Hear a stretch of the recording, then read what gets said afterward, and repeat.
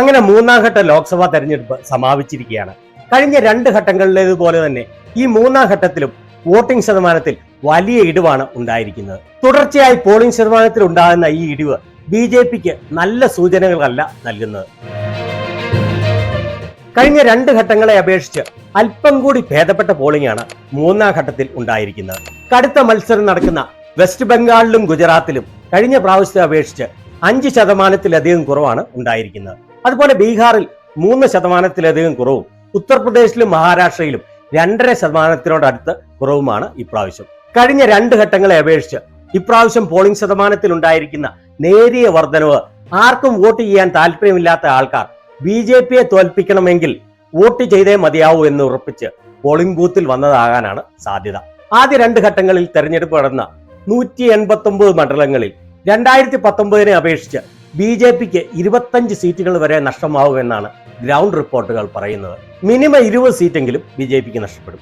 ഈ മൂന്നാം ഘട്ടത്തിൽ BJPയുടെ പ്രകടനം എങ്ങനെയാവുമെന്ന് നമുക്ക് പരിശോധിക്കാം. 94 മണ്ഡലങ്ങളിലെ തെരഞ്ഞെടുപ്പാണ് മൂന്നാം ഘട്ടത്തിൽ നടക്കേണ്ടത്. അതിൽ സൂറത്തിൽ BJP അട്ടിമറിയിലൂടെ എതിരില്ലാതെ വിജയിച്ചതിനാൽ 93 മണ്ഡലങ്ങളിലേക്കുള്ള തെരഞ്ഞെടുപ്പാണ് നടന്നത്.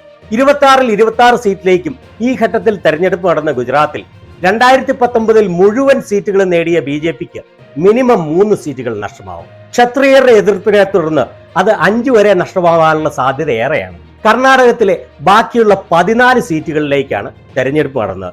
2019 ഈ 14 നേടിയത് BJP ആയിരുന്നു. ഇപ്രാവശ്യം ഇവിടെ മിനിമം 7 സീറ്റുകൾ BJPക്ക് നഷ്ടമാവും. പ്രത്യേകിച്ച് പ്രജ്വൽ രേവണ്ണയുടെ ലൈംഗിക പീഡന കഥകൾ പുറത്തു വന്നതോടുകൂടി അത് 10-ൽ കൂടുതൽ വരെ നഷ്ടമാകാനുള്ള സാധ്യത ഏറെയാണ്.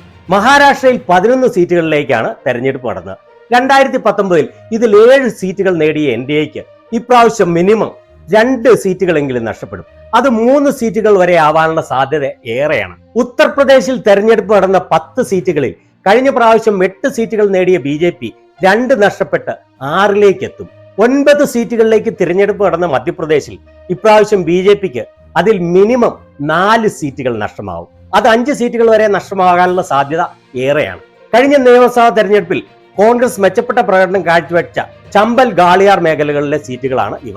ഛത്തീസ്ഗഡിൽ തെരഞ്ഞെടുപ്പ് നടന്ന 7 സീറ്റിൽ കഴിഞ്ഞ പ്രാവശ്യം 6ലും വിജയിച്ച BJPക്ക് മിനിമം 1 സീറ്റ് നഷ്ടപ്പെടും. ബീഹാറിൽ തെരഞ്ഞെടുപ്പ് നടന്ന 5 സീറ്റിൽ 5 നേടിയ BJPക്ക് 1 സീറ്റ് നഷ്ടമാവും. വെസ്റ്റ് ബംഗാളിൽ തെരഞ്ഞെടുപ്പ് നടന്ന 4 മണ്ഡലങ്ങളിൽ കഴിഞ്ഞ പ്രാവശ്യം 1 സീറ്റിൽ വിജയിച്ച BJPക്ക് ഇപ്രാവശ്യം ആ സീറ്റ് കൂടി നഷ്ടമാവാനാണ് സാധ്യത. അങ്ങനെ മൂന്നാം ഘട്ടത്തിലും മിനിമം 20-25 സീറ്റുകളെങ്കിലും BJPക്ക് നഷ്ടപ്പെടും എന്നാണ് പുറത്തു വരുന്ന റിപ്പോർട്ടുകൾ. അപ്പോൾ ഈ 3 ഘട്ടങ്ങളിലായി BJPക്ക് ഏറ്റവും കുറഞ്ഞത് 40 മുതൽ 50-ന് മുകളിൽ വരെ സീറ്റുകൾ നഷ്ടപ്പെടാനുള്ള സാധ്യതയാണ് ഉള്ളത്. അങ്ങനെ വരുമ്പോൾ ഇപ്രാവശ്യം കേവല ഭൂരിപക്ഷമായ 272 എന്ന സംഖ്യ BJPയും NDAയും മറികടക്കാനുള്ള സാധ്യത വളരെ വിരളമാണ് എന്നാണ് കാണുന്നത്. ഈ അവലോകനങ്ങളെ നിങ്ങൾ എങ്ങനെ കാണുന്നു?